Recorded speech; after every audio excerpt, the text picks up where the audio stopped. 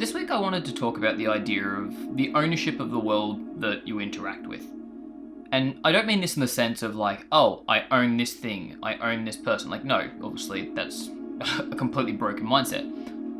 What I want to focus on is the idea of being in control of your life and the way you interact with things. So, a couple of years ago, I can't remember where I actually heard it, but there was this point in which someone said, the world around you will act in a way completely out of your control.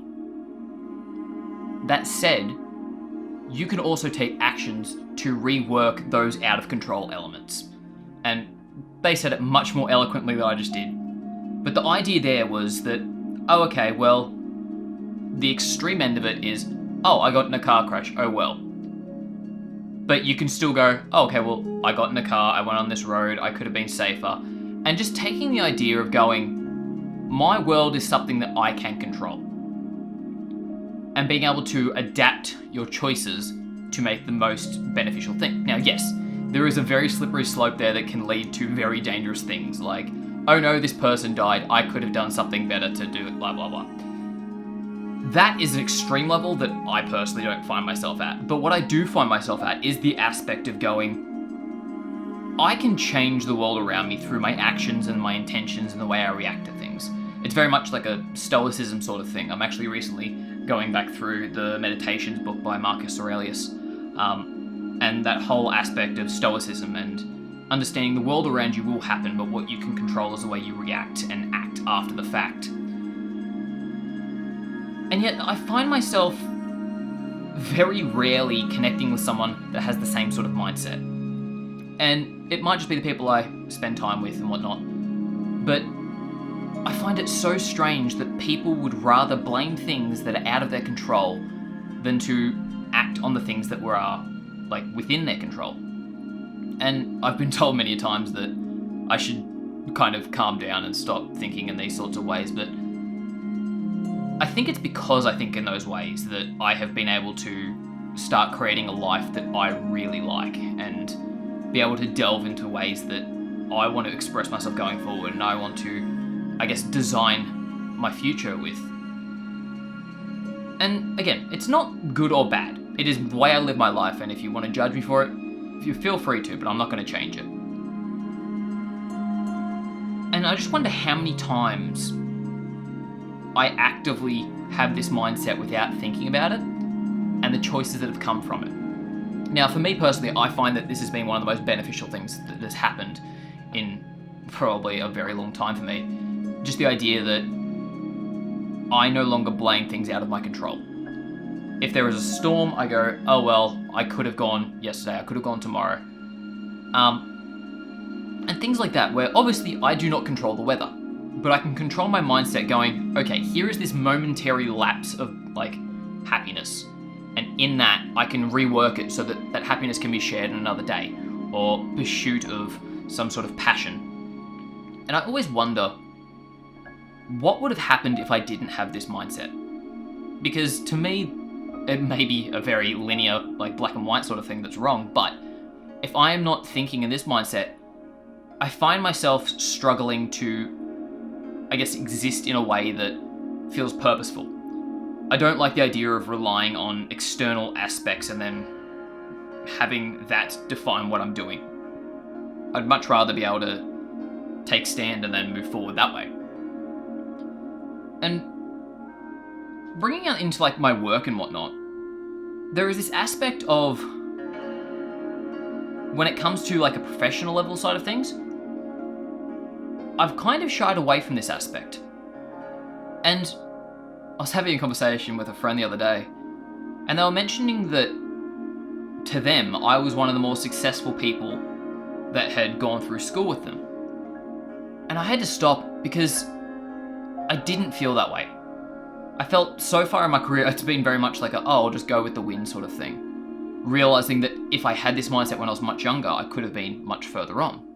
And to avoid like the detrimental aspect of like, oh God, I could have been better, blah, blah, blah, blah. I'm realizing now that me in another 10 years will be going, oh, I could have been doing this back then. And that regret of missing out on something or not doing something that I could have been doing down the road.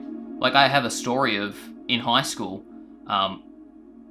unbeknownst to like a lot of my teachers and whatnot, I installed a bit miner sort of thing on a few of the computers.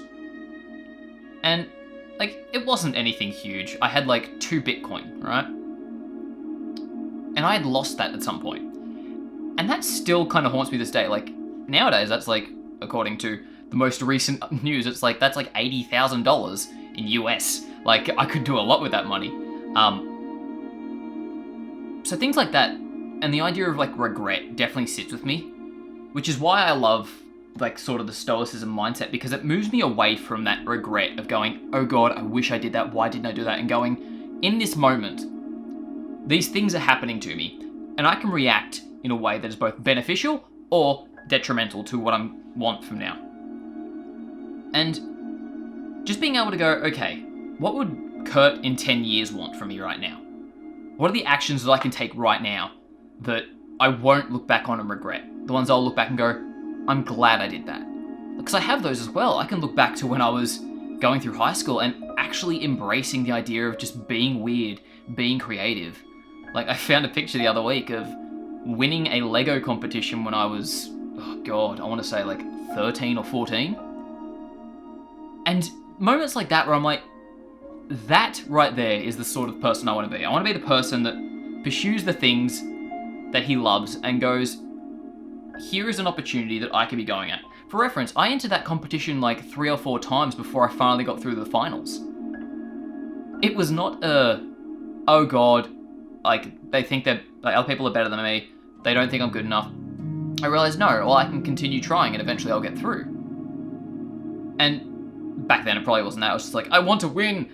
But nowadays it's definitely that sort of mindset of like, well, what are the things I can do now that will push past this aspect of external control and move it back into what I can control?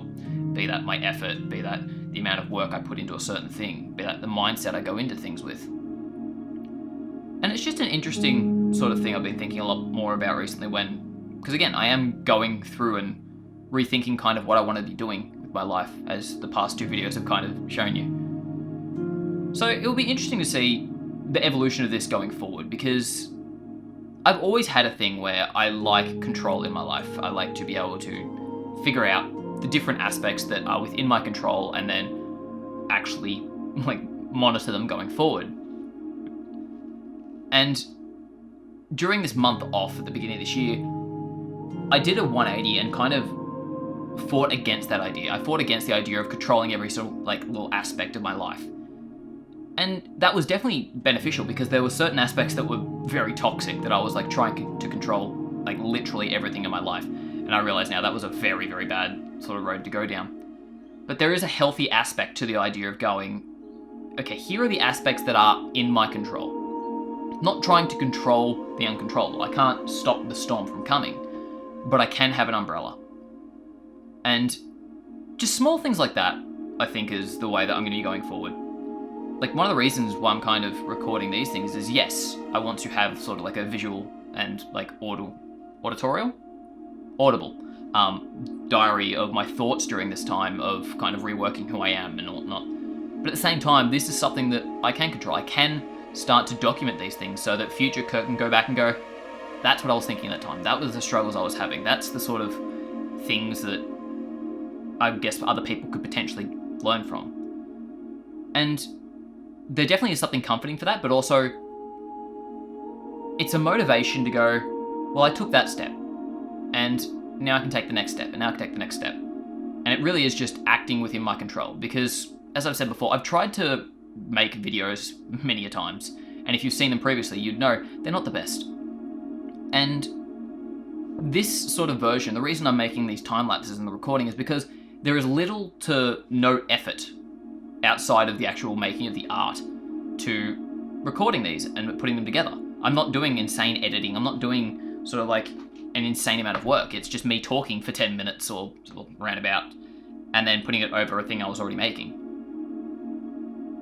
And that small step is me going, okay, this is something I can control, and slowly work my way into making more things in a public sort of manner. Because I do want to be going and making these sorts of things of, hey, here is what I learned, here is like my understanding of it, and potentially you can learn from that. I love that concept, as I mentioned in last week's video, but right now, this is what I felt comfortable in doing. So these are the steps I'm making. And yeah, going forward, hopefully that will ramp up. We'll see how we go. But for now, I'm enjoying this sort of thing and the feedback that I am getting from these.